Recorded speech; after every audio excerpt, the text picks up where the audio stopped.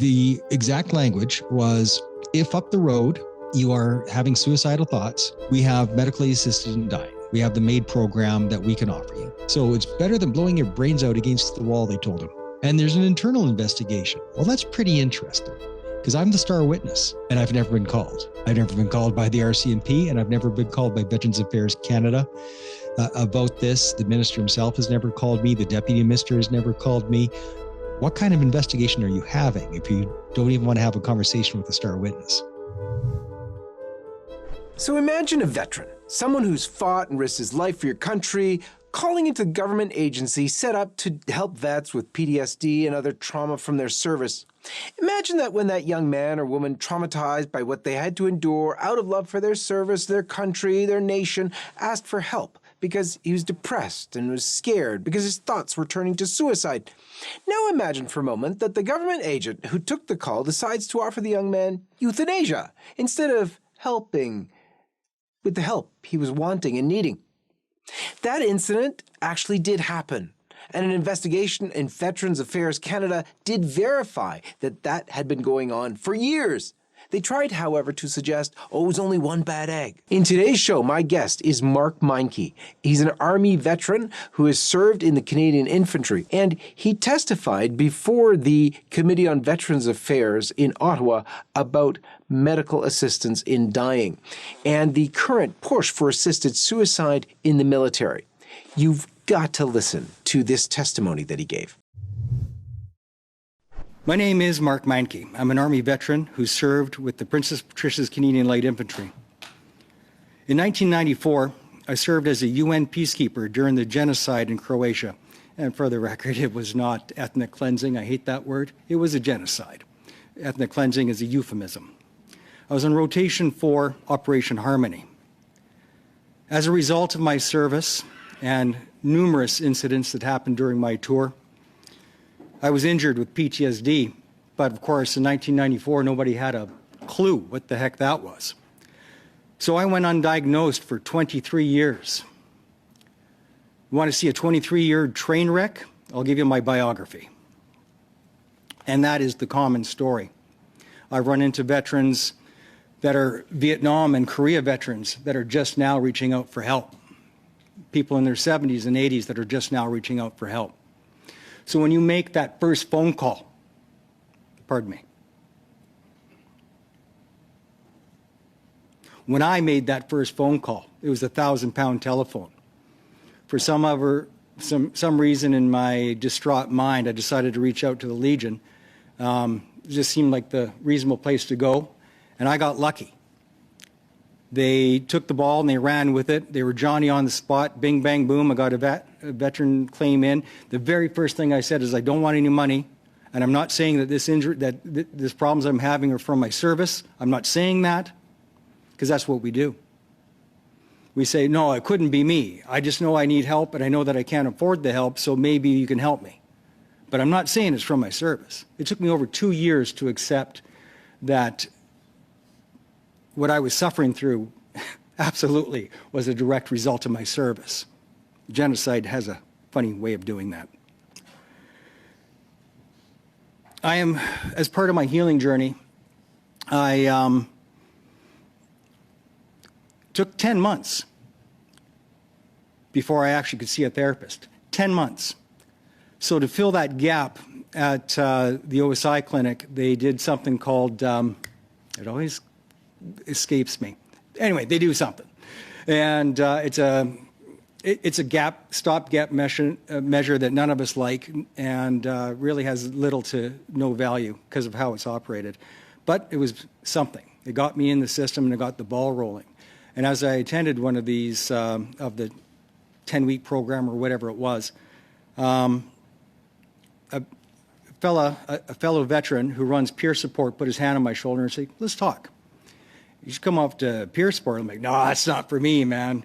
Peer support, what am I going to do? Hold hands and sing Kumbaya? That's not me.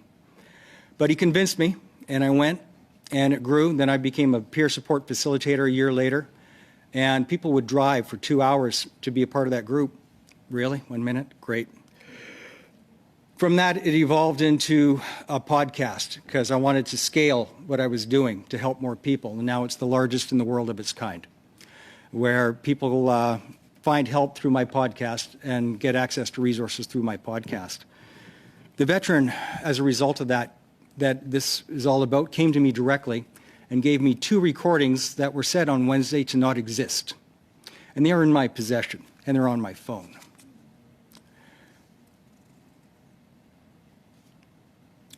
That caseworker did not inform him of services. That caseworker not only offered MAiD, it was unprompted, and it was pushed after 2 no's. You'd think 2 no's would do it. It did not. I have here the transcript, which of course I cannot get a hold of the veteran because he was so distraught he left the country. Pardon me. So I will refer to the transcripts, which I made personally, to answer any and all of your questions. Assistance in dying, or really euthanasia, is slated to begin for the mentally ill in Canada in March, and it was already floated in the province of Quebec for infants.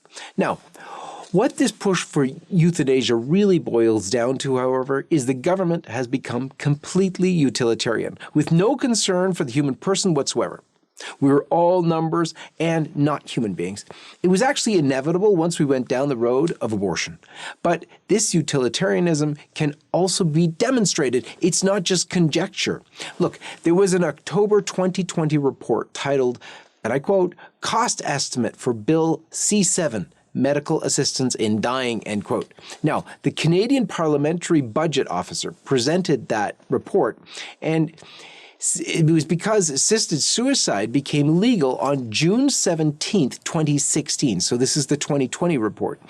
Canada's healthcare costs, he said, have dropped $86.9 million. Check out this chart that shows that. So I'm sure the push for medical assistance in dying, or MAiD as it's known, is now easier to understand than ever. Why bother with end-of-life costs and healthcare when you can simply kill people through MAiD? Let's not forget that this is exactly what Nazi Germany did under Hitler. The scourge of assisted suicide has been around for quite some time, but now it seems that it is taking on a new, even sacred connotation. The New York Times columnist Roth Douthat describes euthanasia in Canada, commenting that mass acceptance, and this is a quote right from Roth Douthat's article, "Mass acceptance of euthanasia probably won't replace the Christian prohibition on suicide with a libertarian or secular neutrality. Rather," he says, "a society that encourages euthanasia will eventually tend to sacralize it, reaching for pre-Christian or post-Christian narratives in which the decision to kill oneself is not just permissible, but holy." And you know, we can already see this happening before our very eyes. The people pushing this agenda have argued that MAiD can preserve human dignity. Somehow, this legitimate argument for human dignity, which is normally against assisted suicide, has been twisted around to support assisted suicide. So you can see this in an article by Richard Hanania. He wrote the article on his newsletter on Substack, and it's titled, "Canadian Euthanasia as Moral Progress." It was published on January 3rd, and this is a quote from it. "Suicide is in many cases a noble and heroic act, and it should therefore have state sanction. For those who are suffering, it can be a gift to their families, and by allowing them to determine their ultimate destiny, give them a way to reassert control that they've lost in every other imaginable sense. We can be inspired at the end of a movie by a protagonist who kills himself once he has failed his mission, or continued existence harms those he loves, but never by a story that ends up with a hero being hooked up to machines, unable to take care of himself, and slowly deteriorating. If he can't do it himself, we understand and sympathize with a friend who carries it out." So this is pure utilitarianism, and it does reflect where we are as a society. Once you lose the thought of God or recognition of God in the afterlife, it's all you're living for. And then everything like this makes sense. Obviously, if there's a God, you're not going to choose your ultimate end. Your ultimate end is chosen by you in your works on earth. not from deciding to put yourself out of existence. There is no such thing. You don't put yourself out of existence. Only God does that. The very one who put you into existence, not by your own choice, by the way. So the appeal of this approach seems to be to release people from suffering. And that's the point everyone fails to notice. MAiD, medical assistance in dying, does not end suffering. It ends the sufferer. It does not alleviate pain. It eliminates the person experiencing the pain. Author Leon Kass, in his article called Dehumanization Triumphant, made this point. He said, the manufacturer of a right to die as a gift to those not dying fast enough is in fact the state's abdication of its duty to protect innocent life and its abandonment, especially of the old, the weak, and the poor. Kass also added that from a medical perspective, the venerable Hippocratic Oath clearly rules out physician-assisted suicide, and this medical ethic has been around for over 2 millennia. Clearly, the cultural approach to assisted suicide is changing as ethics are changing. And now, as long as an action can be rationalized in some way, it seems that anything theoretically possible can be ethical. This points to everything that Alex Schadenberg, the executive director of the Euthanasia Prevention Coalition, said when he was on my show last month. Take a look. Every step along the path, you create new precedent. It's okay to kill. It's okay to kill for that reason. It's okay to kill for this reason. If it's okay to kill the infant, then why wouldn't it be okay to kill the 87-year-old with dementia? You've eliminated the reasons why it's not okay. If you're going to say it's okay to kill somebody, now the question is, well, who do we kill and under what rules? But anytime you have any rules which would say, well, you really can't do it in that circumstance, well, then the question is, well, why not?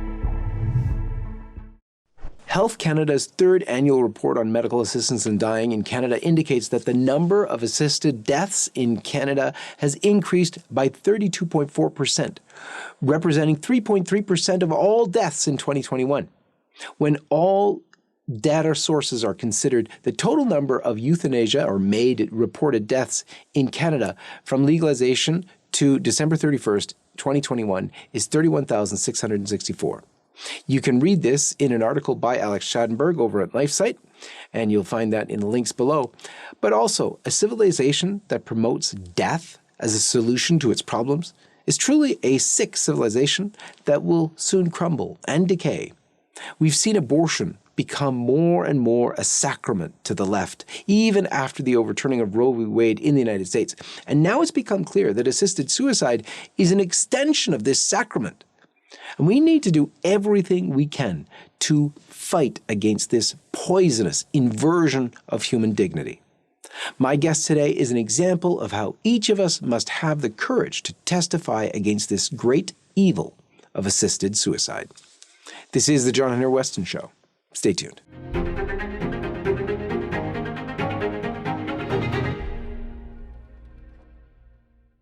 Mark Meincke, welcome to the program.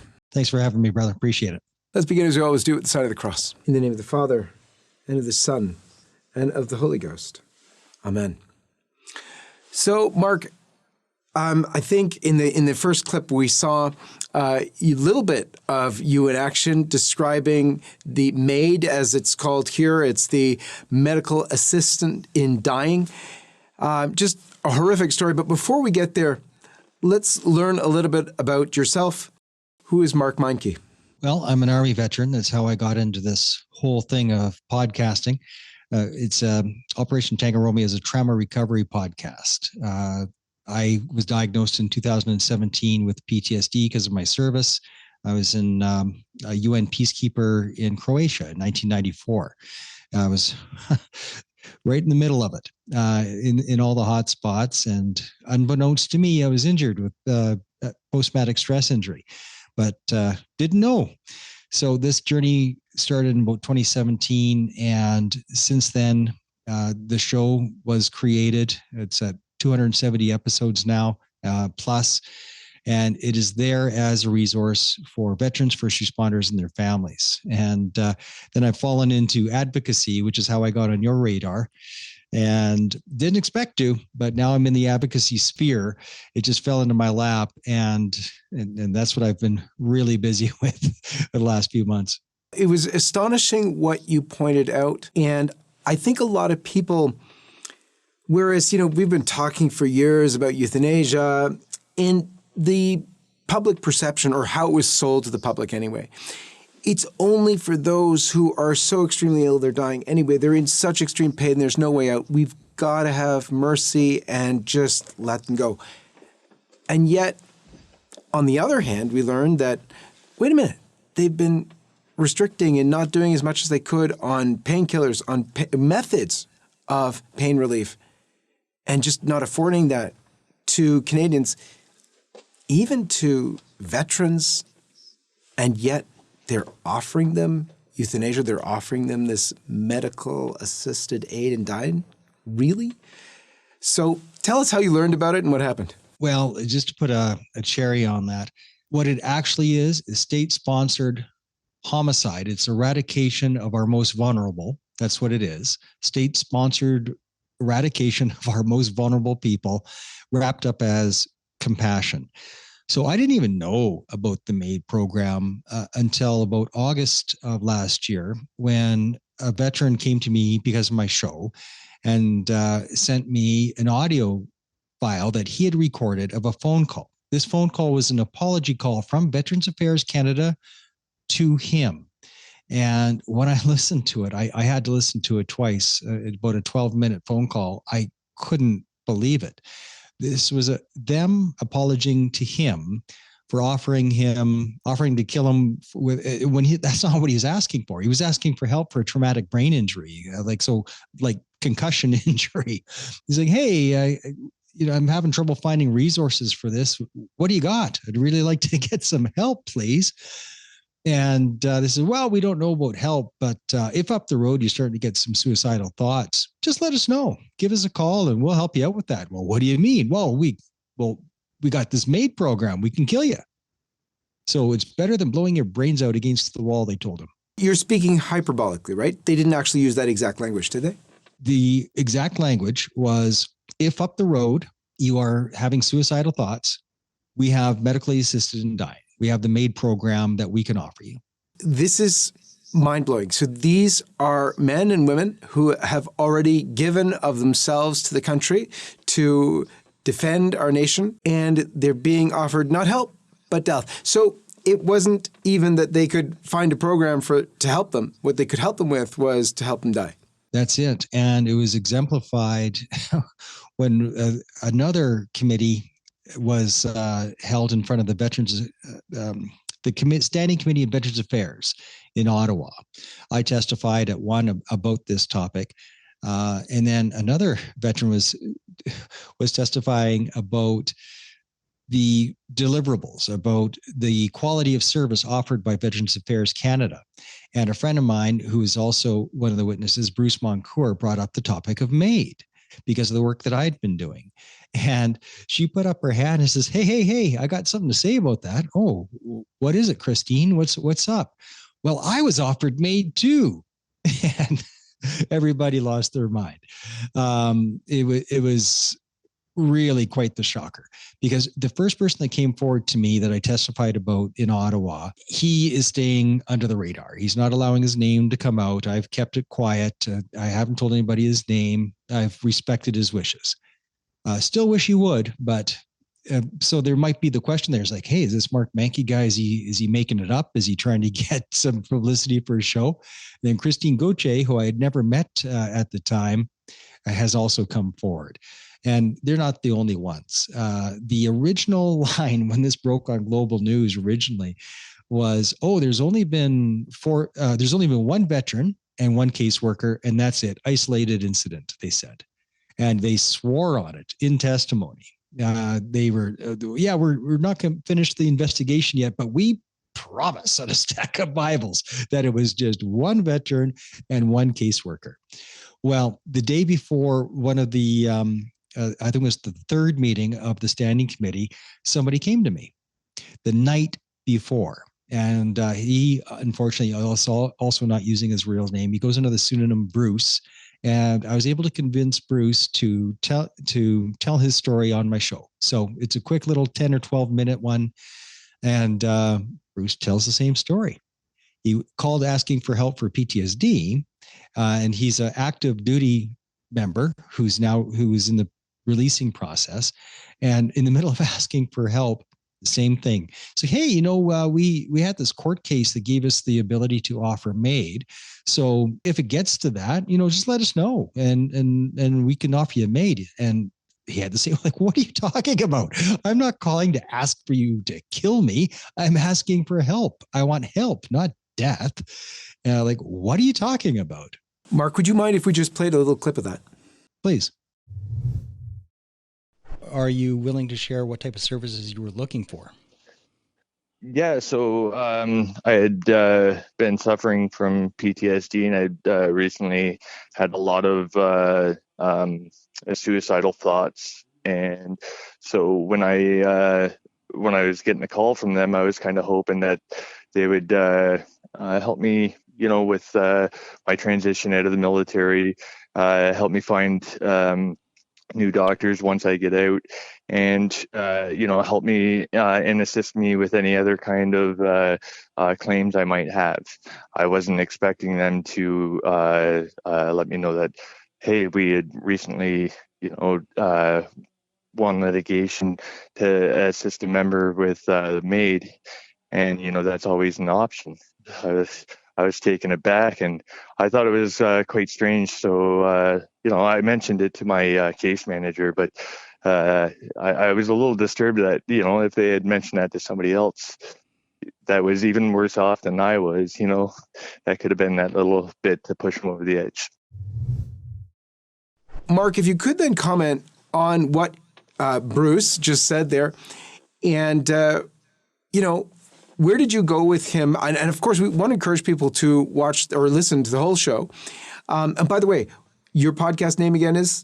Operation Tango Romeo, the Trauma Recovery Podcast. Very good. So they'll be able to go there. How will they find that specific podcast, Bruce? That was episode 258 with Bruce. And when that came out, I got moving.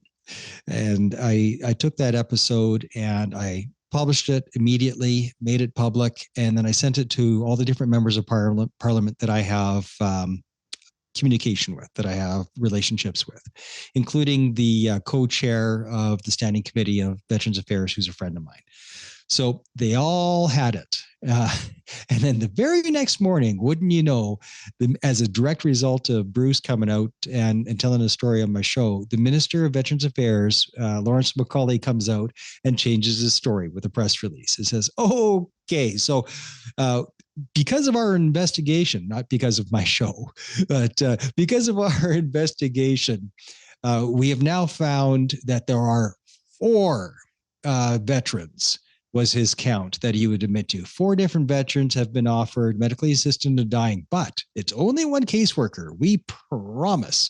This time we're not lying. The other times we were definitely lying, but this time we're not lying. It's the truth this time. You can trust us. We're politicians. You can trust us. When he said those words, he knew full well that veteran number 1 was in British Columbia. Therefore, they had a British Columbia caseworker. That's how the system works.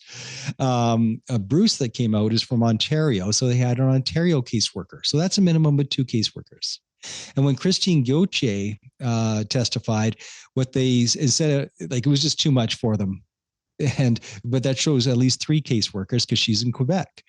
And so they just denied that one even happened. This Paralympian who competed in the Invictus Games and the Paralympics, who the Veterans Affairs has been using as a poster girl. Oh, she's just a big fat liar. We found no evidence supporting her claim. Well, how about the fact that she said it? I'm not going to call her a liar. I'm going to say I believe you, because why the heck would she lie about something like that? And but that's where they're at. It's deny until they die. It's pretty standard for Veterans Affairs. Now, have they said that the caseworkers in question have been fired, or have they been disciplined, or what's gone on there? They're only admitting to 1, right? And so I know her name. I won't say it for her own protection. I know her first name anyway. She got to keep her job for quite some time, and only because of a ridiculous amount of pressure, and every major publication was covering this. Now they are saying that she's fired, but they're also saying a lot of other things. They're saying that there's an investigation that has been referred to the RCMP, and there's an internal investigation. Well, that's pretty interesting because I'm the star witness, and I've never been called. I've never been called by the RCMP, and I've never been called by Veterans Affairs Canada about this. The minister himself has never called me. The deputy minister has never called me. What kind of investigation are you having if you don't even want to have a conversation with a star witness? Interesting. Very interesting indeed. They've pushed out euthanasia under this new terminology, medically assisted aid in dying, I think is the proper terminology. Medical assistance in dying, yeah. They obviously feel they haven't yet done a good enough job on the public to try and convince them that this is the way to go. But they seem firmly committed to it nonetheless. I mean, they are all in on this MAiD program. So when it originally came out, it didn't sound like such a bad idea. It was only for those that were going to die anyway. Their number was up, but why suffer? Okay, that seems reasonable. Or people that had just unbearable pain and it was untreatable. Well, okay, fair enough. I could get down with that. But the slippery slope started immediately. And since it originally came into play, now it has gone so far, they are pushing it as far as 12-year-olds. So they want 12-year-olds to be able to access it, and 16-year-olds without parental consent.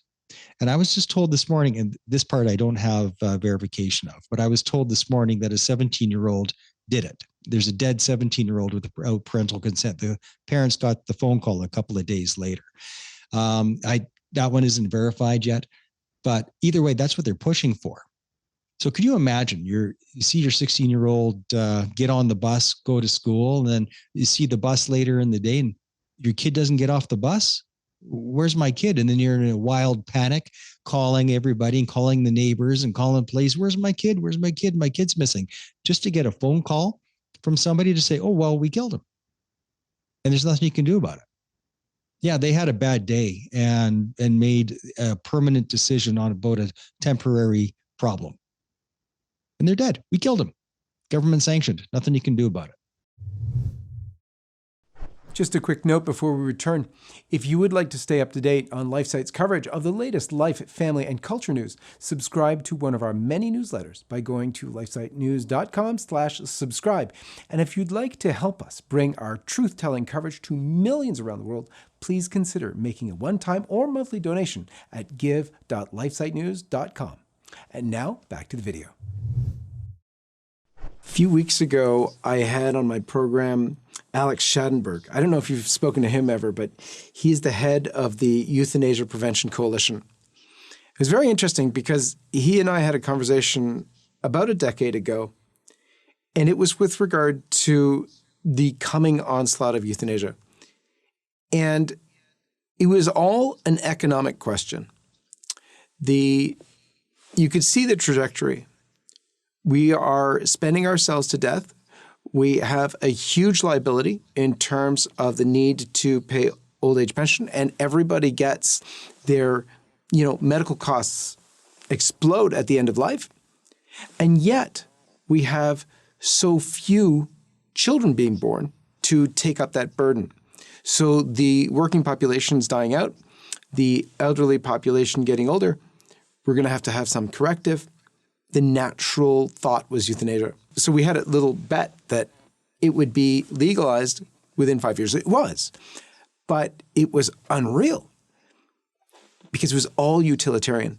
But it's always sold as if it's compassion and it's all wonderful. And it's not in so many ways, because we saw right away that they were snuffing out proper pain relief opportunities. One was the pufferfish that had these incredible properties of being able to eliminate pain. Imagine that for the sufferers. But that kind of thing goes nowhere. And yet in comes euthanasia with, here, we'll do this for you. Because it's so cheap to give someone a quick shot to end their lives rather than actually treat them. It's unreal. Everything's a profit model. And people have a hard time believing that some of the people that are at the top, medical doctors and bureaucrats could possibly be psychopaths and sociopaths. That's just too much for people to believe, is they think that there's a Disney cartoon version wriggling their hands, and that's what a psychopath looks like, but it's not. Psychopaths and sociopaths are charming. They can pretend to be kind and caring, very, very likable. But the truth is, they don't actually care about you. They see things in a very methodical, utilitarian way. They're very Machiavellian. And it's hard, like, because when you like somebody, when you look at somebody and you respect them and you go, oh, they seem really nice. Once you've made that emotional attachment, seeing them in any other way is so difficult. But the truth is that people that desperately want power, the careerism type of people, they tend to have sociopathic tendencies, and they climb to the top. A great majority of CEOs of major corporations are sociopaths and psychopaths. This is true. And, but they come across so nice, like the ice cream man, like Bill Gates, clearly a sociopath. But he's so nice. He has that nice little smile, and he dresses like Mr. Rogers. So he's got to be a nice guy, right? Nope, he's a sociopath, and he doesn't care about you even one tiny little bit. These people being at the top are the same ones that don't look at me and you like people. We're numbers. We're useless eaters. And that's all we are. So burden on society is and the greater good are the arguments to dispense with humanity and kindness and empathy. Dispense with all of that and just look at the numbers. And the way they're seeing it is that there's too many people on the planet. We got to do something about it. Hey, how about all these useless people? How about the weak? How about the vulnerable? Let's get rid of them. Let's get rid of the homeless and everybody else. We've lost so much of our moral compass as a society that we can't even see how horrific this is. Even the Nazis backed off of this. When the Nazis were going to be clearing out the old age homes and whatnot, which they did with the mental health asylums and whatnot. But when they wanted to clear out the old age homes, the German people said, whoa, whoa, whoa, whoa, that's a bridge too far. And they backed off. So this is too far for even the Nazis. But here we are in Canada going, hey, that's a good idea. That's a great way to do a budget cut. It's for the greater good. Is something really startling about the day and age we're living in? Because I think, Mark, most people, when they hear you say, oh, come on, who would talk about useless eaters? But believe it or not, we've had Yuval Noah Harari, one of the great lights of the World Economic Forum, just say that very openly. Let's have a look. What to do with all these useless people? The problem is more boredom, and what to do with them, and how will they find some sense of meaning in life when they are basically meaningless, worthless? My best guess at present is a combination of drugs and computer games as a solution for more. It's already happening. Mark, after that, drugs and video games, what he doesn't say is maybe where the Canadians seem to be at already, or at least the Canadian government or those in power are. He might be, why drugs and video games? We can use euthanasia, killing them off. MAiD, this wonderful system that we pretend is compassion, is just knocking people up. Every environmental book that you read, I read David Suzuki and Anita Gordon wrote a book published, I think it was 1988, and I read it then, and I just reread it one more time to see if any of those predictions came true. Well, the number one issue above and beyond everything else was population. Their models, and actually their models were right on, like way back in 1988, because I cross-referenced, like, oh man, that was pretty close. So they were right about the models up until this point. However, the models now show that we're actually going to have a population collapse, that China's one-child policy, all these different things, people in Canada and the States are only reproducing at 1.8, and we need to be at 2.2 to be sustainable. Population collapse is likely coming. And that's Elon Musk was saying the same thing. But they say, well, let's help that along by doing everything that they can to thin out the population, because they believe that that is the number one issue in the world. Matter of fact, I've heard now King Charles, he was Prince Charles at the time, saying exactly the same thing. And this is one of the things said at the World Economic Forum and many other forums as well. Well, where this is the number one issue is population. So it's difficult to believe that all the people at the top of society, or at least they think they are, who have been talking about population being the number one problem for decades now, aren't doing anything about it. Of course, they're doing something about it, and we're seeing it now. Mark, thank you. That was a neat journey. Any closing thoughts for us? Just be kind. Be kind simply because you can. Don't call anybody names.